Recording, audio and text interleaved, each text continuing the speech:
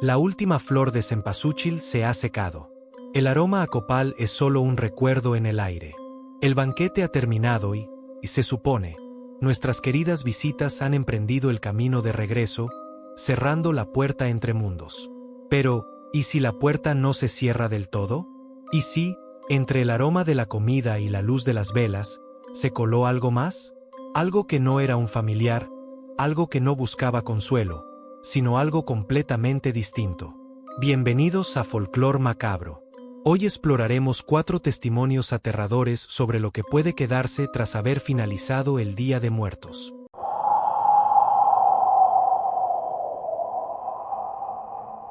En un pueblo donde el tiempo parecía haberse detenido en algún punto entre la fe y el olvido, vivía una familia cuyo nombre no es relevante, pero cuyo terror permanece indeleble. Su casa era de aquellas que habían visto crecer generaciones, con muros de adobe gruesos y un patio grande donde los niños, libres aún de toda responsabilidad, jugaban a perseguirse bajo el sol. A esta historia le pondremos El hombre sin rostro.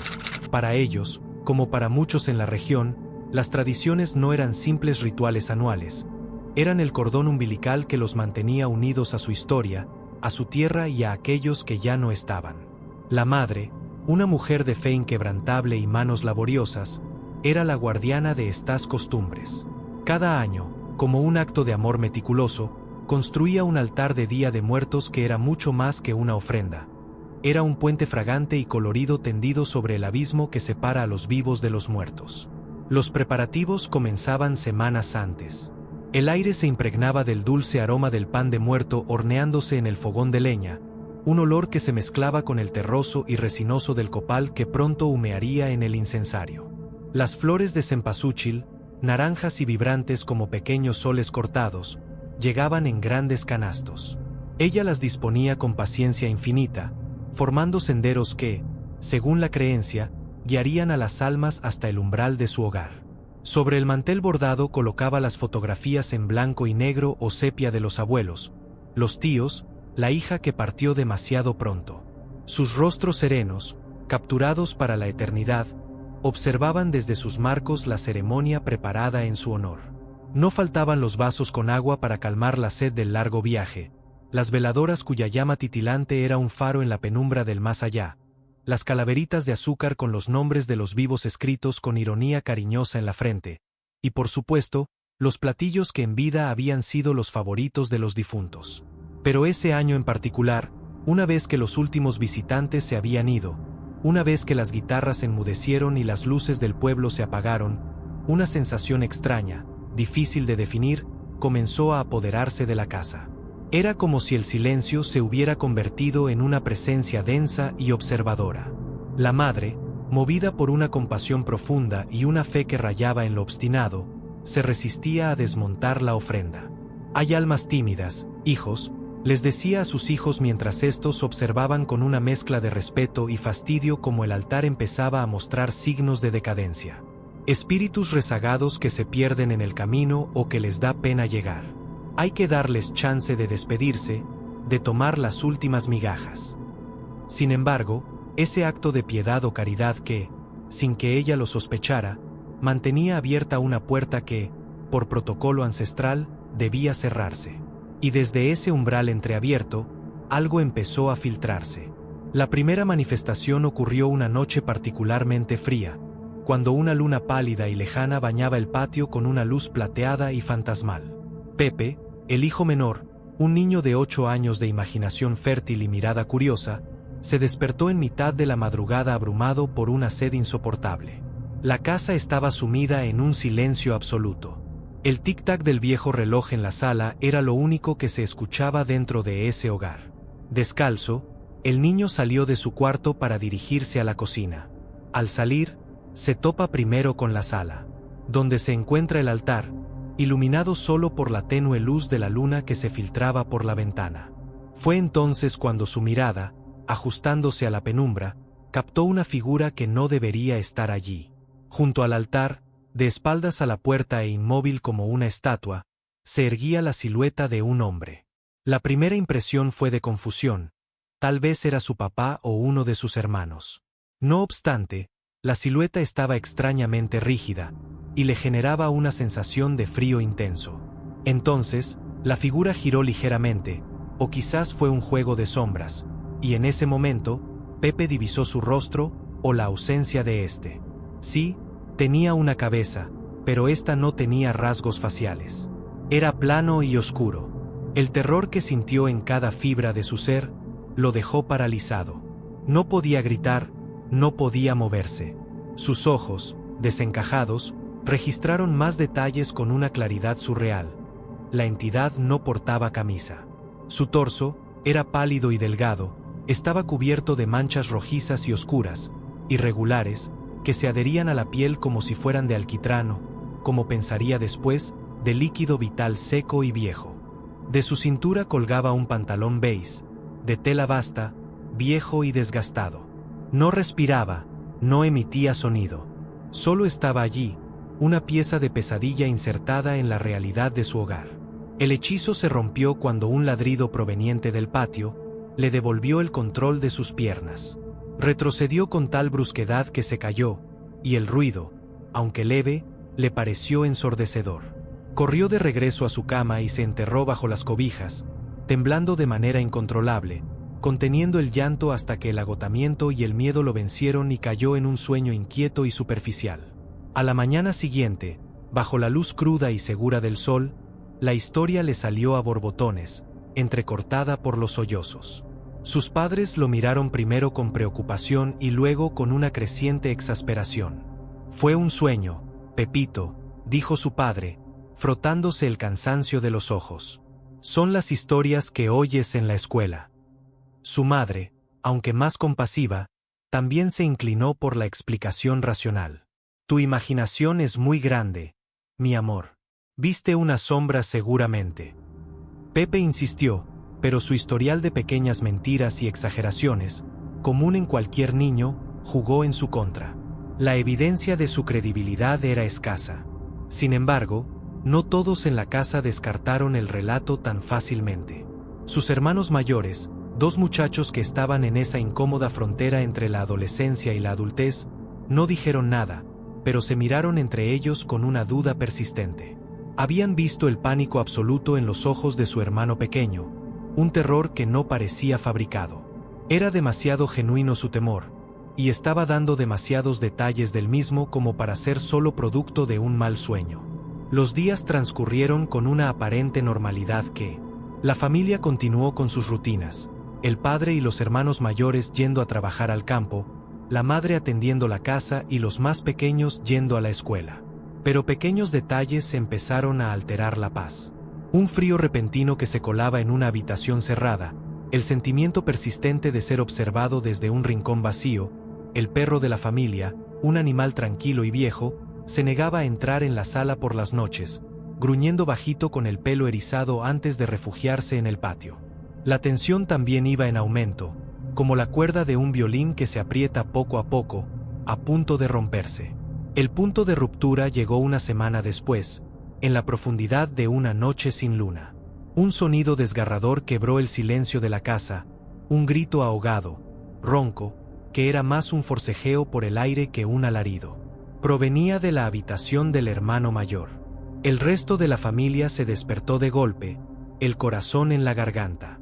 El padre fue el primero en llegar, empujando la puerta. Ahí vio su hijo luchan contra una fuerza invisible. Sus piernas pateaban convulsivamente, mientras que con sus manos intentaba desesperado desprender algo alrededor de su cuello que ellos no podían ver. Tenía el rostro congestionado, amoratado, y la boca, abierta en una mueca silenciosa de agonía, buscaba desesperadamente una bocanada de aire que no llegaba. En su cuello, bajo la presión de sus dedos, empezaban a marcarse con una claridad espeluznante unas huellas, como si unas manos invisibles lo estuvieran estrangulando. Fueron segundos de caos y horror puro. La madre gritó, el padre y el otro hermano se abalanzaron sobre el joven, tratando de sujetar sus brazos. Fue una lucha feroz contra lo invisible. Sentían una resistencia física, una presencia tangible que se oponía a ellos, una fuerza fría que empañaba el aire alrededor de la cama. Finalmente, tras lo que pareció una eternidad, la presión cesó de golpe. El hermano mayor cayó de lado en la cama, tosiendo y jadeando, tragando aire con avidez mientras las lágrimas le corrían por el rostro. Las marcas en su cuello, ahora perfectamente definidas, eran inequívocas. Eran las de unos dedos largos y delgados.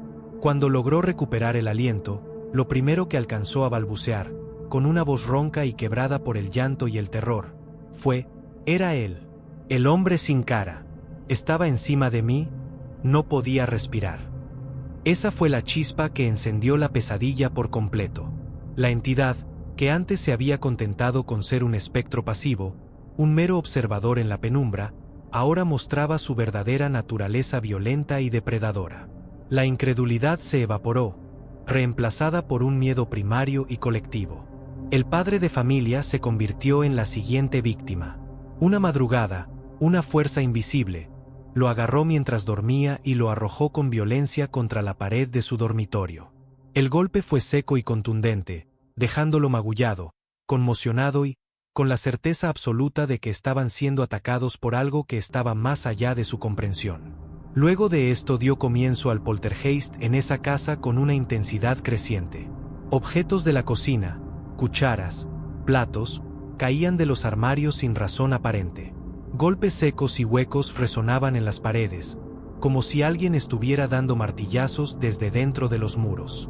Las puertas se abrían y cerraban solas de golpe, con un estruendo que hacía saltar a todos. Un olor a podredumbre dulzona, a carne pasada, aparecía y desaparecía en diferentes habitaciones, sin origen discernible. El ambiente se volvió irrespirable, cargado de una hostilidad palpable. La familia vivía en un estado de alerta constante, con los nervios destrozados, saltando al menor ruido. Las noches se volvieron una tortura, una espera angustiosa a que la siguiente atrocidad ocurriera. Todo eso llevó a que tomaran medidas drásticas. Botellas de agua bendita, traídas de la iglesia del pueblo, fueron esparcidas por todos los rincones, puertas y ventanas. Al rociar el líquido en la sala, cerca del altar que finalmente habían desmontado con urgencia, se llegó a escuchar un siseo leve, como de algo que se retiraba molestado. El párroco, un hombre anciano y de rostro sereno, fue convocado para realizar una bendición urgente. Llegó con su crucifijo y su libro de oraciones, y recorrió cada estancia de la casa. Durante la ceremonia, una paz tensa y frágil pareció instalarse entre las paredes. El aire pareció aligerarse, el frío anormal se disipó un poco. La madre, una devota incansable, organizaba rosarios nocturnos con sus hermanas, madre, suegra y algunas amigas cercanas. El murmullo constante de las avemarías y los padres nuestros creaba un muro de fe y sonido contra la oscuridad que los acechaba. Parecía estar funcionando. Los ataques físicos cesaron. Los golpes en las paredes se espaciaron hasta desaparecer. La familia, exhausta pero esperanzada, comenzó a creer que lo peor había pasado. Parecía que la pesadilla había terminado. Las semanas pasaron y la normalidad regresó lentamente. Bajaron la guardia. Dejaron de rezar el rosario todas las noches. Las botellas de agua bendita fueron guardadas. No obstante, la entidad no se había ido. Solo se había retirado, como un animal herido que espera en la oscuridad de su madriguera a que el peligro pase. Había sido repelida, no destruida, y su conexión con la casa, forjada a través del altar y alimentada por el miedo, no se había roto del todo. Pepe fue quien presenció su regreso. Era una tarde ya cercana a la Navidad. El aire empezaba a enfriarse y las luces del pueblo se encendían más temprano. Él jugaba solo en el patio, cerca de la verja que separaba la propiedad de la calle. Cuando sintió algo raro, una opresión en el pecho y un escalofrío que le recorría la nuca, alguien lo observaba. Volteó y allí, al otro lado de la verja, inmóvil y vigilante como la primera vez, estaba el hombre sin rostro. Aunque en esta oportunidad se veía más sólido, más real, menos como una aparición y más como un cuerpo físico. Se le hizo como un cazador esperando por su presa. Pepe gritó, dando aviso a su madre, que estaba en la cocina, de la presencia del hombre sin rostro. «Está ahí. Mira, mamá, volvió», señalaba Pepe, llorando y temblando. La mujer miró hacia donde apuntaba su hijo, su corazón latiendo con fuerza. Pero no vio Anda, solo la calle vacía. Sin embargo, la certeza en el terror de su hijo, el recuerdo de lo que habían vivido, fue más convincente que cualquier evidencia visual. No hubo dudas, no hubo preguntas. Sabía que estaba allí. El párroco regresó, y esta vez, la bendición fue diferente. No fue solo una oración dentro de la casa. Fue un ritual de contención, de exorcismo del espacio. El hombre, con agua bendita e incienso, recorrió cada centímetro del perímetro de la propiedad. Bendijo la tierra, la verja, los árboles del patio, las paredes exteriores. Marcó simbólicamente un círculo de protección alrededor de su hogar, expulsando activamente cualquier presencia que no perteneciera a la luz. Fue un trabajo más exhaustivo, más agotador, y cuando terminó, una fatiga sagrada pareció asentarse sobre todos. Solo entonces, la presencia se desvaneció para siempre. El frío se fue, la sensación de ser observado desapareció por completo, y la paz, la verdadera paz, regresó por fin. Hasta el día de hoy, la familia de Pepe desconoce la naturaleza de aquella entidad. Las teorías se multiplican en sus conversaciones esporádicas sobre el tema. ¿Fue el espíritu de un difunto violento, un asesino o una víctima de un crimen brutal, atraído por la energía de la festividad y la luz del altar como un insecto hacia una lámpara? ¿Una criatura antigua y olvidada, un elemento del folclore colonial que despertó de un letargo centenario con los cantos y los rezos? ¿O, quizás la opción más aterradora por su impersonalidad, algo completamente ajeno, un parásito dimensional, un eco de un lugar que no debería existir, que encontró un camino temporal y decidió quedarse, alimentándose del miedo y la vitalidad de los vivos? Nunca lo sabrán. No hubo una explicación, no hubo un nombre que ponerle al horror. Solo conservan la certeza de que la tradición, por bien intencionada que sea, puede ser una llave. Y que a veces, sin querer, podemos abrir una puerta que da a sitios de los que es muy difícil regresar, convocando algo para lo que no estamos preparados.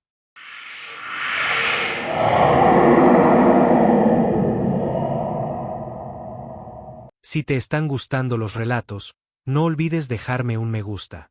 Suscríbete al canal y comenta desde donde me estás escuchando. También me puedes enviar tu historia al correo, o por mensaje privado en TikTok e Instagram. Una mujer llamada Claudia se encontró con el mal durante una salida el Día de Muertos. Llamaremos a esta historia, La Dama en el Altar. Claudia era una arquitecta de 32 años, cuya carrera exitosa la tenía en un perpetuo estado de movimiento. Aviones, hoteles, planos y reuniones llenaban sus días, dejando poco espacio para las raíces o los rituales. Aquel año, el ajetreo laboral la había absorbido por completo, haciendo que la temporada de Día de Muertos pasara para ella como un vago rumor de fondos, una festividad ajena atrapada entre entregas de proyectos y vuelos de conexión. Un encargo la llevó a un pueblo o ciudad pequeña, en el corazón de México. Llegó justo cuando la ciudad se vestía para su celebración más importante.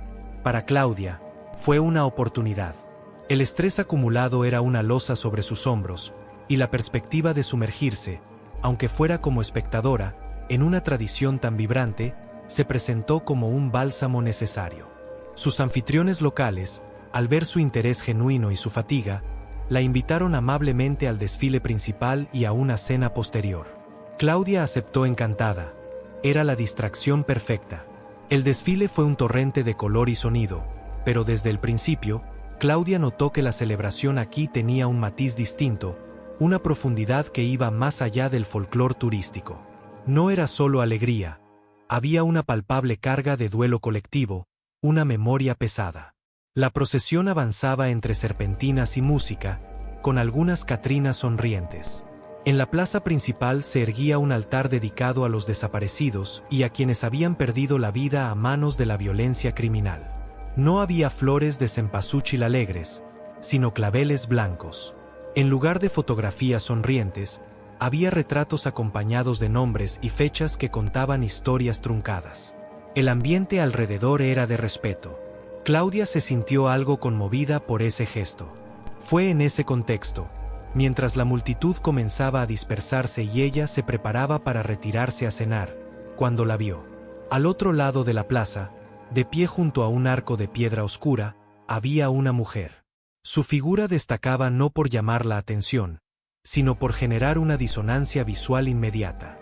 Llevaba un vestido antiguo, de una tela gruesa y oscura, de un estilo que no se usaba desde hacía décadas, quizás un siglo. Su cabello, negro y lacio, estaba recogido de manera elaborada, pero entretejido con lo que parecían flores secas, pequeñas y marchitas, del color de la tierra vieja. No era una Catrina al uso, no tenía el maquillaje de esqueleto blanco y negro. En su lugar, su rostro tenía una tonalidad azulada, pálida y cerúlea, como la piel de un ahogado, o como si la sangre hubiera dejado de circular hacía mucho tiempo. Sus ojos, profundamente hundidos, miraban fijamente en la dirección de Claudia. Era una mirada intensa, cargada de una emoción que Claudia no pudo definir en ese momento, pero que su instinto registró como una amenaza. Un frío repentino la recorrió. Le dijo a su acompañante, bromeando con una nerviosidad forzada: «Mira, qué disfraz más tétrico». Pero cuando él giró la cabeza, la mujer ya no estaba. Durante la cena, Claudia intentó sacudirse la sensación. Atribuyó la visión a su cansancio, al contraste emocional del altar y a un exceso de imaginación. La velada transcurrió con agradable conversación y comida, logrando, en efecto, relajarla. Regresó a su hotel, un edificio moderno y anodino, sintiéndose mejor. Subió a su habitación en el cuarto piso, se cambió y, antes de acostarse, se asomó por la ventana para mirar la ciudad dormida. Y ahí, otra vez, el corazón le dio un vuelco. En la acera de enfrente, bajo la luz amarillenta y parpadeante de un farol, estaba la mujer del vestido antiguo. No se movía. Su rostro azulado, ahora iluminado por esa luz enfermiza, estaba levantado, mirando directamente hacia la ventana de Claudia. Hacia ella. No había duda. Claudia retrocedió de un salto, cerrando las cortinas con mano temblorosa. «Es una coincidencia», se repitió, «una loca o algo así». Esa noche durmió a intervalos, encendiendo la luz del baño para ahuyentar las sombras. Los siguientes 2 días fueron de una tensión constante. Claudia cumplió con su trabajo durante el día, pero las noches se volvieron una tortura. Revisaba los rincones de la habitación, aseguraba el cerrojo de la puerta y evitaba asomarse a la ventana.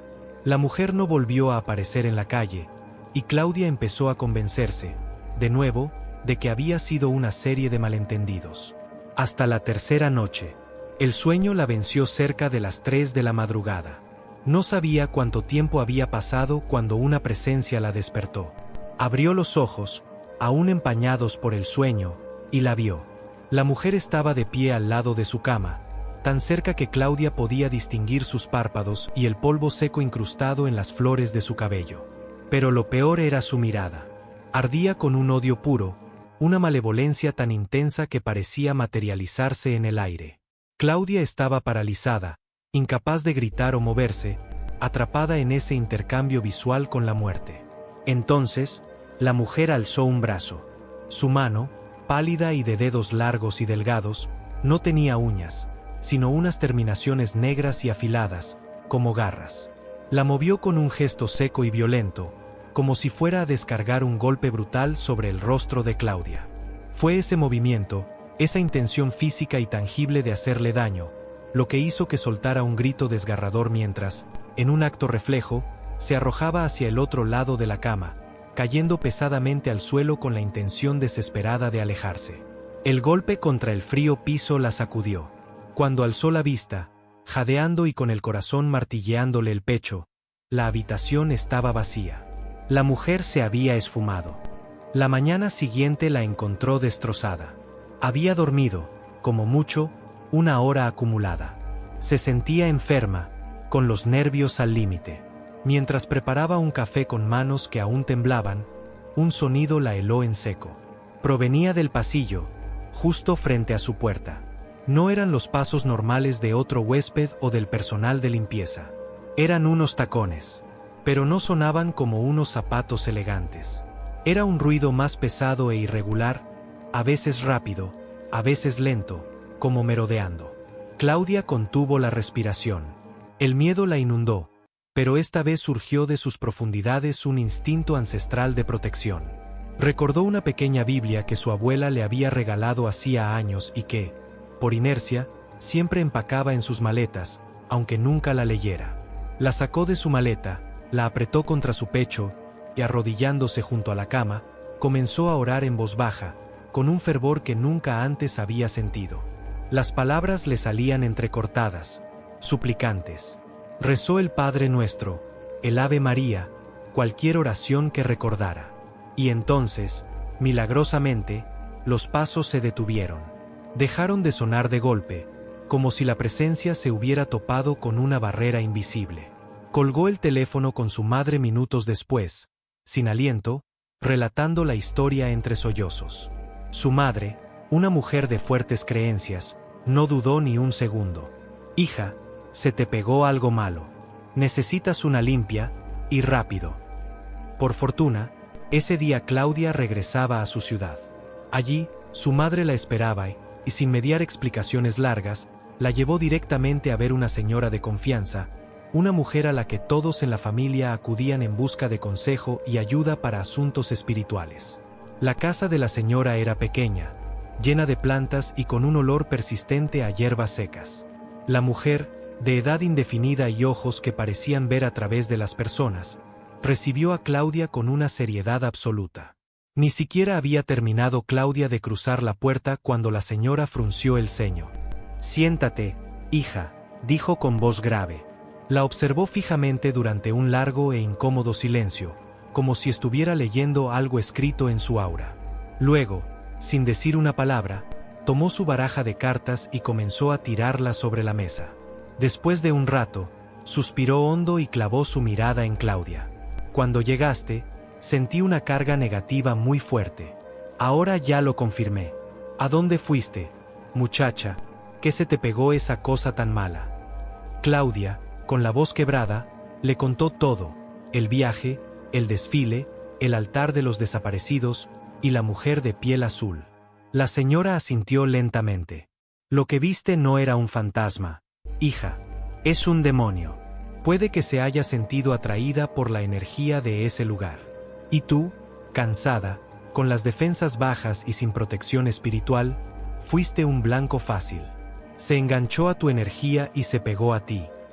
Le dio instrucciones precisas para limpiar su apartamento, barrer con hierbas específicas de la cabeza a los pies, bañarse con un preparado de romero, ruda y albahaca, y colocar un vaso con vinagre blanco detrás de la puerta para absorber las malas energías. Luego, procedió a hacerle una limpia intensa con un huevo fresco y un manojo de hierbas, rezando en español y en una lengua que Claudia no reconoció. Al terminar, el huevo, roto en un vaso con agua, mostró unas formas filamentosas y oscuras que hicieron que la señora asintiera con gravedad. «La fe es lo único que los mantiene a raya», le advirtió. «Asiste a la iglesia, recibe la comunión, reza. No por ritual, sino con el corazón. La única manera de combatir a esos seres es con la luz, así que confía en Dios». Claudia hizo todo al pie de la letra. Pero los días siguientes a la limpia fueron una tortura psicológica. Vivía con el miedo constante de volver a ver aquel rostro a su lado en un reflejo, en la esquina de un ojo. No podía dormir. El más mínimo ruido la hacía saltar. Su madre, viendo su estado de vulnerabilidad extrema, se mudó con ella temporalmente. Su presencia era un ancla en medio del caos. Una noche, su madre le entregó una estampita de San Miguel Arcángel _ «Enciéndele una vela cuando sientas miedo», le dijo, «y llévala siempre contigo». Claudia la guardó en su cartera, como un símbolo de que no estaba luchando sola. Ya han pasado 4 años de todo eso y no ha vuelto a ver a esa entidad con forma de mujer.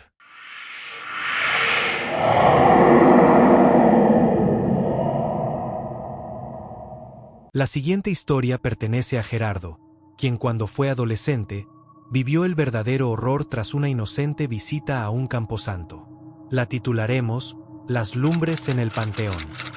A finales de los 90, principios de los 2000, Gerardo fue al Panteón el Día de Muertos, como ya era costumbre, con su familia.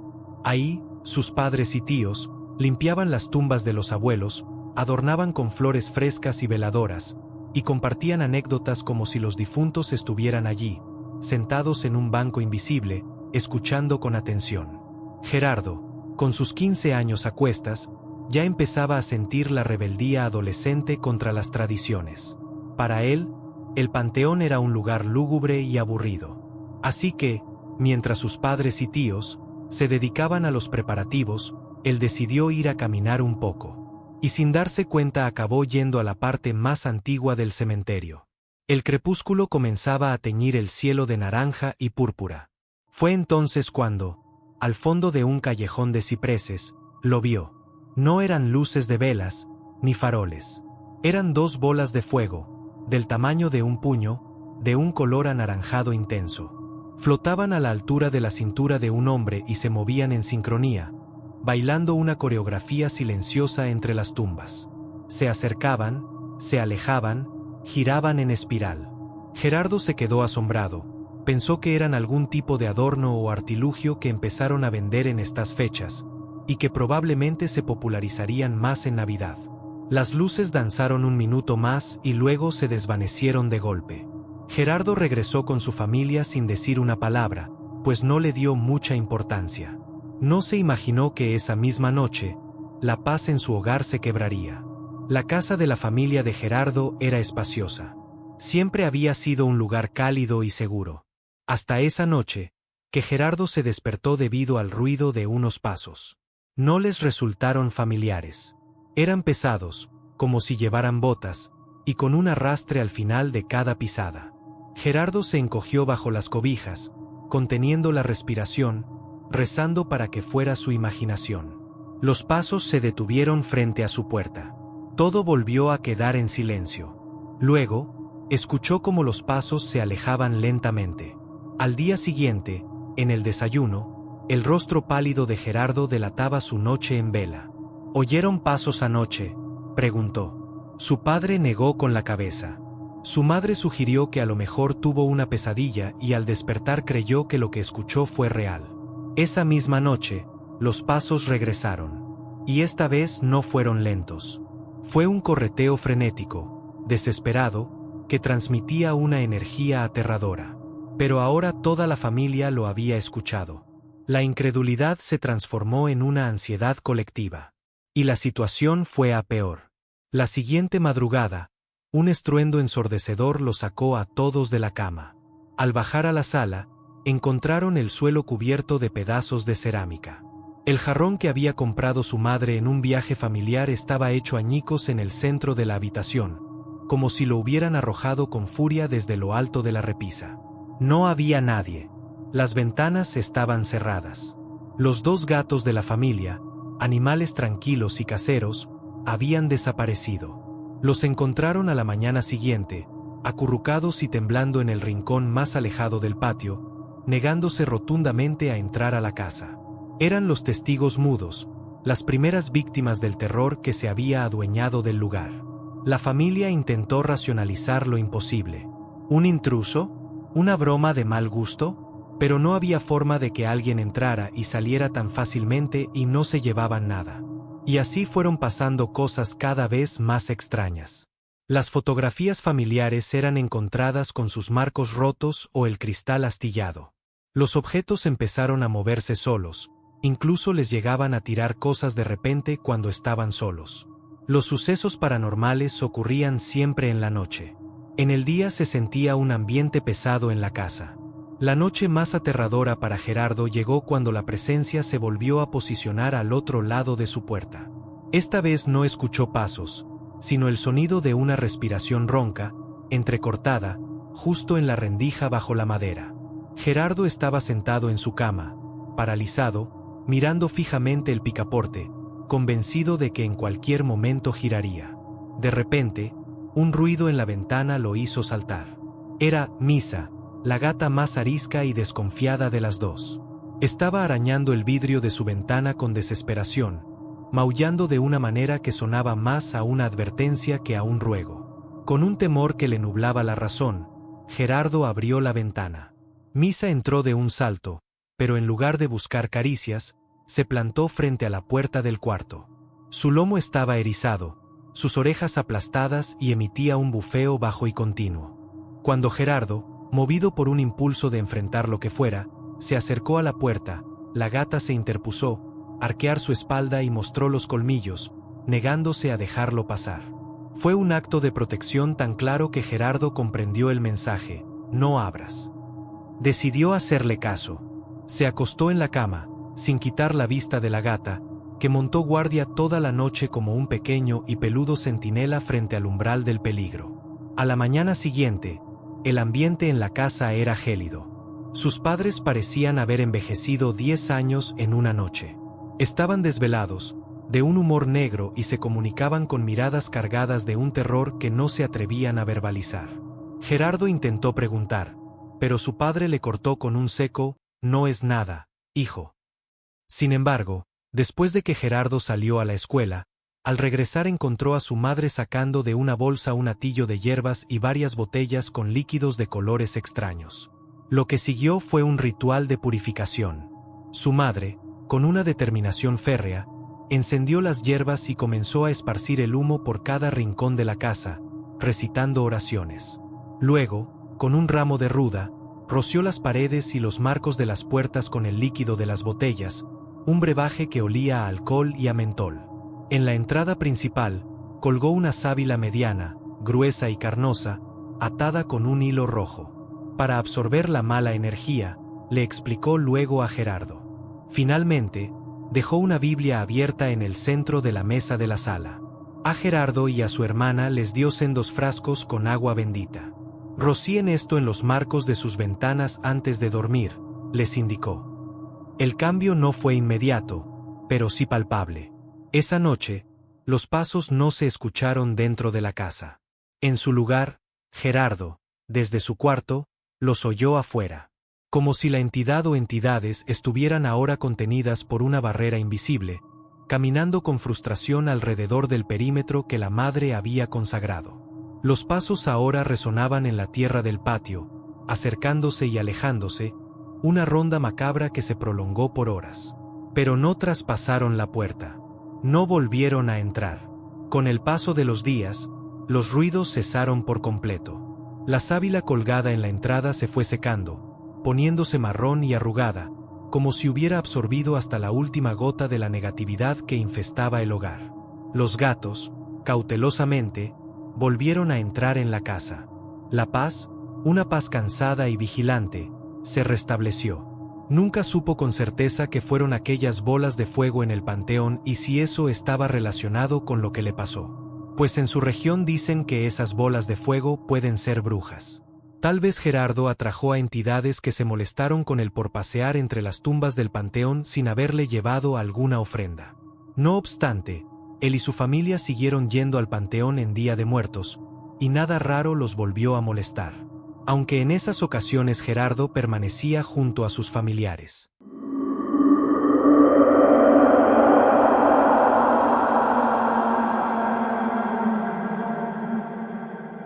Mientras en el campo, las limpias y las hierbas sagradas combatían a las entidades, en la fría lógica de la ciudad, un hombre se preparaba para enfrentar una evidencia que destrozaba los mismos cimientos de su realidad. Este es el relato de Rodrigo, un escéptico por naturaleza, para quien el mundo era un lugar regido por leyes físicas, explicaciones racionales y una absoluta incredulidad hacia lo sobrenatural. La llamaremos el invitado inesperado. Rodrigo era ingeniero. Su mente estaba entrenada para resolver problemas, para analizar variables, para creer solo en lo que podía medirse, pesarse o reproducirse en un laboratorio. Para él, la muerte era un proceso biológico, un cese de funciones, y la idea de fantasmas o espíritus le parecía un vestigio supersticioso. Su esposa, Fátima, era su complemento perfecto. Ella, con sus raíces firmes en una familia tradicional, mantenía vivas las costumbres con un cariño respetuoso. Rodrigo no compartía sus creencias, pero las respetaba profundamente. Era un pacto tácito en su matrimonio. Ella tenía su espacio para la fe, y él, su espacio para el escepticismo. Cada año, Fátima montaba un pequeño altar para su padre, fallecido hacía más de una década. Era un rincón de memoria en la sala, una fotografía de un hombre sonriente, blanco y de complexión rolliza, un vaso con agua, una veladora y un plato con sus galletas favoritas. Rodrigo pasaba frente a él sin mayor ceremonia. A veces, si veía la veladora apagada, la encendía por Fátima, como un acto de amor hacia su esposa. Ella, sabiendo de su incredulidad, nunca le pedía que participara en las oraciones o los rituales. Era un territorio neutral en su hogar. Los días de la festividad pasaron con normalidad. El altar permaneció unos días más, como era costumbre de Fátima, antes de que ella, con una mezcla de nostalgia y deber cumplido, lo guardara cuidadosamente hasta el año siguiente. La vida en el apartamento volvió a su rutina silenciosa y ordenada. Hasta esa madrugada. Fue un martes. Rodrigo se despertó por una sed abrasadora que le agarrotaba la garganta. El aire acondicionado, tal vez demasiado alto, había secado el ambiente. Con los ojos aún pesados de sueño, salió de su habitación y se dirigió a la cocina. La casa estaba en un silencio absoluto, roto solo por el zumbido lejano del refrigerador. No encendió la luz del pasillo. La tenue claridad que filtraban las persianas de la sala era suficiente. Y fue al pasar frente a la sala cuando lo vio. Su mente, aún nublada por el sueño, registró primero la figura de un hombre. Estaba de pie, junto al sillón, en el exacto lugar donde hasta hacía poco había estado el altar. La primera reacción de Rodrigo no fue miedo, sino una irritación confusa. ¿Quién diablos es este?, pensó, su mente racional buscando inmediatamente una explicación plausible. Un amigo o familiar de Fátima, un vecino ebrio que había entrado por equivocación, un ladrón. Pero entonces, los detalles comenzaron a filtrarse, cada uno erosionando su lógica como gotas de agua sobre piedra. El hombre no lo miraba. Tenía la cabeza gacha, como si contemplara algo en el suelo, ocultando su rostro. Llevaba una ropa que a Rodrigo le pareció vieja y gastada, de tonos apagados. Su complexión era delgada, casi demacrada, y sus manos, colgando inertes a los lados, parecían largas y nudosas. La piel, a la luz mortecina de la calle, lucía morena y curtida, como la de un hombre que ha trabajado toda su vida bajo el sol. Fue entonces cuando su mirada, descendiendo por inercia, buscó los pies del intruso. Y no los encontró. No estaban allí. La figura no flotaba. Simplemente, su forma se desvanecía, se volvía translúcida, como humo o niebla, justo antes de llegar al borde de sus pantalones. No había pies. No había sombra. No había presencia física que interactuara con el mundo real. Era una imagen, una proyección, pero una de una claridad y una solidez aterradoras en su mitad superior. En ese instante, el mundo de Rodrigo se quebró. Todas las explicaciones racionales, todos los argumentos escépticos, se desmoronaron como un castillo de naipes ante la evidencia irrefutable que tenía frente a sus ojos. No era un sueño. No era un efecto de la somnolencia. No era un truco de la luz. Estaba completamente despierto, y estaba viendo un fantasma. La palabra, que siempre había pronunciado con condescendencia, le golpeó la mente con el peso de una verdad incontrovertible. Se quedó paralizado en el umbral de la cocina, incapaz de moverse, de gritar, de respirar. Su mente, acostumbrada a analizar, se dedicó a registrar detalles. No sentía malevolencia, sino una tristeza densa, pesada, que parecía saturar el aire de la sala. Los segundos se sintieron como horas. La figura no se movió. Solo estuvo allí, una estatua de pesada en la penumbra. Finalmente, con un esfuerzo sobrehumano, Rodrigo dio un paso atrás, metiéndose en la cocina. Apoyó la espalda contra la pared fría, junto a la nevera, y se dejó deslizar al suelo. Desde allí, oculto, podía ver un fragmento de la sala a través de la puerta entreabierta. Permaneció así, acurrucado, conteniendo la respiración, escuchando el violento latido de su propio corazón. No sabía cuánto tiempo pasó. ¿10 minutos? ¿Media hora? Cuando finalmente reunió el valor para asomarse de nuevo, la figura se había desaparecido. La sala estaba vacía. Solo quedaba el sillón, la alfombra y el recuerdo imborrable de lo que había visto. No volvió a la cama. Se quedó en la cocina, sentado en una silla, mirando fijamente la taza de café que se preparó cuando amaneció. La luz del día no logró disipar el frío que llevaba dentro. Cuando Fátima se despertó y lo encontró allí, pálido y con ojeras, le preguntó qué ocurría. Rodrigo, normalmente tan elocuente, tartamudeó. Nada, un insomnio, nada más. ¿Cómo explicar lo inexplicable? ¿Cómo admitir que había sido testigo de algo que, según su propio credo, era imposible? La vergüenza se mezcló con el miedo. Sentía que admitirlo en voz alta sería rendirse por completo, aceptar que toda su vida había estado construida sobre una base falsa. Pero la duda ya estaba plantada, y era una semilla venenosa. ¿Quién era ese hombre? ¿Por qué estaba en su casa? ¿Por qué apareció justo después de que quitaran el altar? Su mente, ahora forzada a operar en un nuevo paradigma, comenzó a hacer conexiones desesperadas. Tal vez el altar no solo atraía a los seres queridos. Tal vez era un faro, y otras almas, perdidas y confusas, se sentían atraídas por su luz.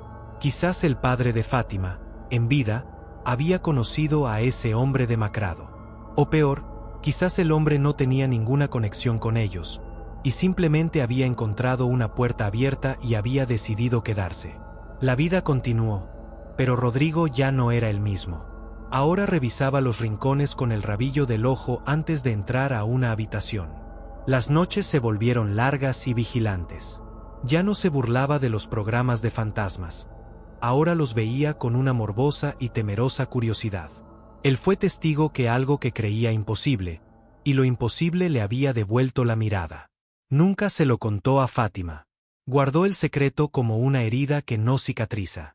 A veces, cuando pasaba por la sala por las noches, una parte de él esperaba, con un pavor mezclado con una necesidad absurda de confirmación, ver de nuevo al hombre sin pies. Pero nunca regresó. Sin embargo, su presencia de una sola noche fue suficiente. Rodrigo, el hombre de ciencia, desde entonces tiene una pregunta que resuena en su mente y teme a la respuesta. Si eso era real, ¿qué más lo era?